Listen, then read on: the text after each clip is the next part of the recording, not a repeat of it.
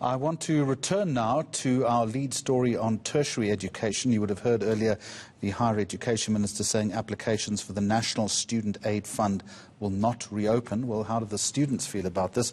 Bamanye Matiwane is the president of the South African Students' Congress and joins us now. Welcome and thanks very much for talking to us. You would have heard what the minister said. NSFAS not opening. Students, or the fund had received 750,000 applications for this year, way over the 185 recorded last year. How are you responding to this?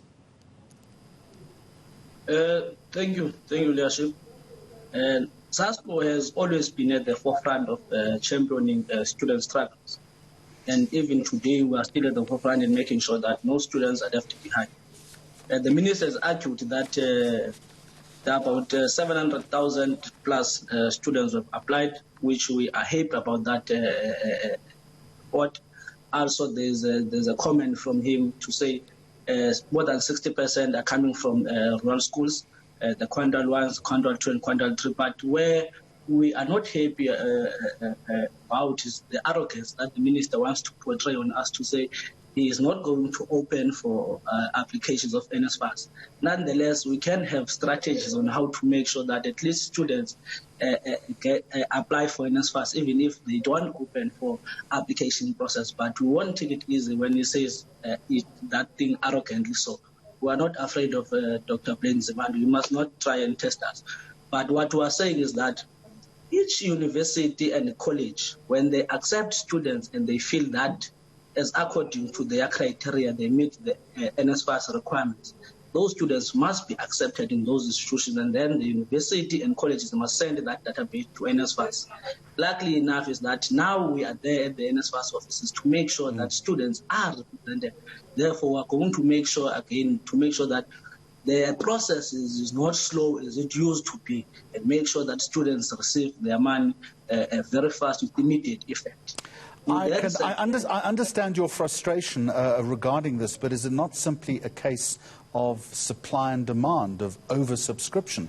185,000 applications last year, over 700,000 this year. The minister essentially suggesting that there's no money. We know that Tito took our money. We are still fighting with Tito, so we are not going to back down. The money must be sent straight to students. We are not going to argue and be lenient to Dr. Nzimande. We are not going to accept that. And so long that students want education, that opportunity must be given. So we are not going to succumb. So, Mr. Matiwane, what are you telling your members to do now? I'm saying to my students that go and apply, register to universities, to colleges.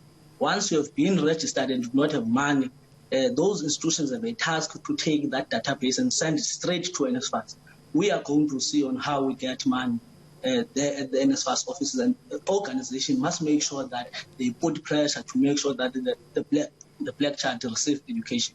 And we're not going to succumb to that. And also, on this issue of laptops, we're very happy that the minister is arguing that the rollout of laptops is moving very swift. We want to register that SASCO has received an interdict to say that they must not participate in anything that calls for a delivery of laptops. So we want the minister to check that very close because it has a capacity of delaying the good work of the department. All right. And as an organization, we're not going to back down, but we're going to still fight and call for immediate release of laptops to students, because we can't start the academic year of 2021 without delivery.